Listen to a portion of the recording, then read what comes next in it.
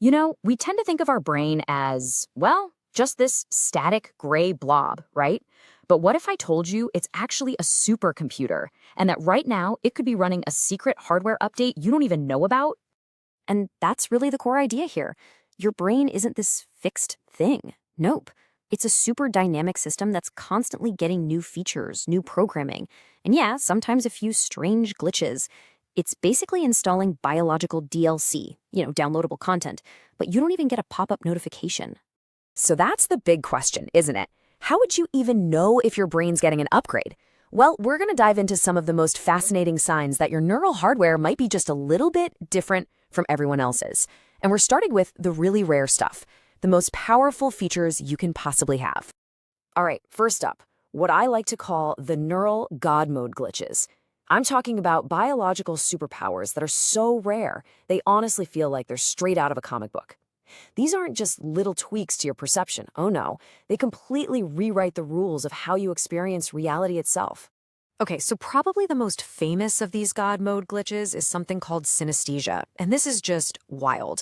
It's where your brain's wiring gets a little crossed and your senses, which are supposed to be separate, right? Like sight and sound, they just start blending together in ways they absolutely shouldn't.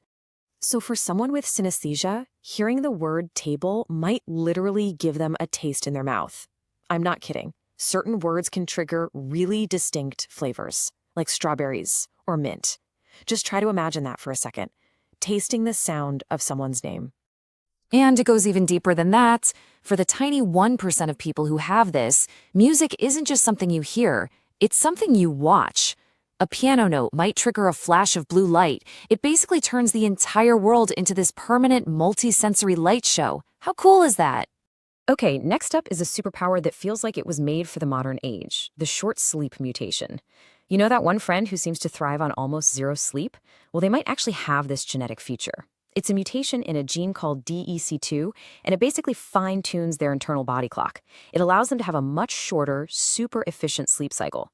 Their brain is kind of like a high-performance engine that just runs longer on way less fuel. So while most of us are absolute sleep-deprived zombies after a 4-hour night, someone with this mutation, they can feel totally refreshed and ready to rock. Seriously.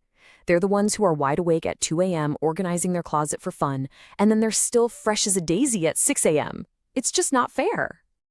And finally, for our God mode category, we've got something called the spinal reflex arc. I love this one. Think of it as your inner part-time Spider-Man. You know that superhuman moment of speed and reaction that just kicks in before you even have time to think? Yeah, that's it. So here's how it works. It's so cool. Let's say a glass starts to fall off a table. Now, instead of that danger signal traveling all the way up to your brain for processing, it takes a shortcut. It hits your spinal cord, which immediately fires back a command to your muscles, and boom, you catch the glass before your conscious mind even realizes it was falling. Your body is literally acting faster than you can think.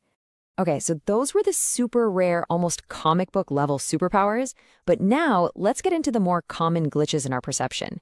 These are the everyday mind tricks that really show just how differently all of our brains can be wired. All right, I want you to do a little experiment with me right now. As you're listening to my voice, is there another voice inside your head kind of narrating or commenting on what I'm saying?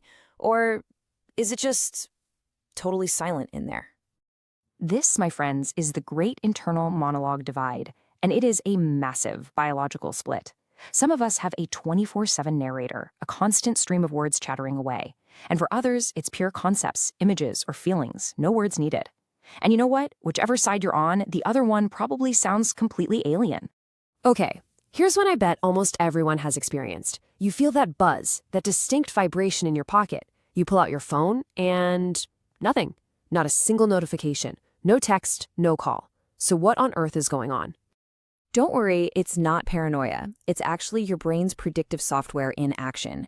Your brain has gotten so used to the habit of feeling that buzz that it just starts filling in the blanks, creating the sensation even when there's no trigger. It is literally predicting a reality that isn't even there. Wild, right? All right, on to our final category, the brain on autopilot. Think of these as your system's background processes, the little maintenance routines your brain is running when you're not even paying attention. So let's talk about those sudden aha moments. You know, when a brilliant idea just pops into your head? Well, you can thank your brain's cleanup crew for that. It's officially called the default mode network, or DMN, and it's responsible for those flashes of insight when you least expect them. Come on, we've all been here. You're staring at a really tough problem, hitting a wall, getting nowhere. So you give up, you go for a walk, you do something else entirely. And then, out of the blue, bam, the perfect solution just pops into your head. That was a magic. That was your DMN hard at work. See, while your conscious mind was taking a break, a part of your brain called the medial prefrontal cortex was still plugging away. By stepping back, you let your brain escape that fixed way of thinking and start making new, creative connections. That's why your best ideas always seem to pop up in the shower. Your brain was basically finishing your homework for you in the background. But what happens when the whole system is running low on resources? Well, that's when you get brain fog. The best way to think about it is like mental buffering on a slow internet connection. Your thoughts feel sluggish, words just vanish from your mind.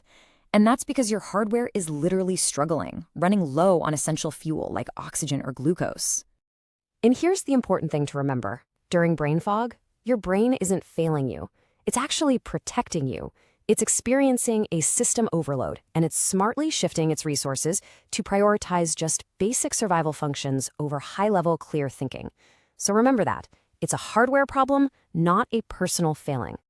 So when you put it all together, from literally seeing sounds to thinking in total silence, it's pretty clear that we're all running on slightly different operating systems, aren't we? Our own neural hardware comes with its own unique set of features, its own updates, and yeah, even a few glitches. And that really brings us to the final big question for you. After hearing all this, which of these glitches is part of your programming? Are you one of those short sleepers, a silent thinker? Or maybe you've got a part-time Spider-Man living in your spine. Whatever the answer is, it reveals the secret hardware update your brain has been running all along. Late had snake creates a great time.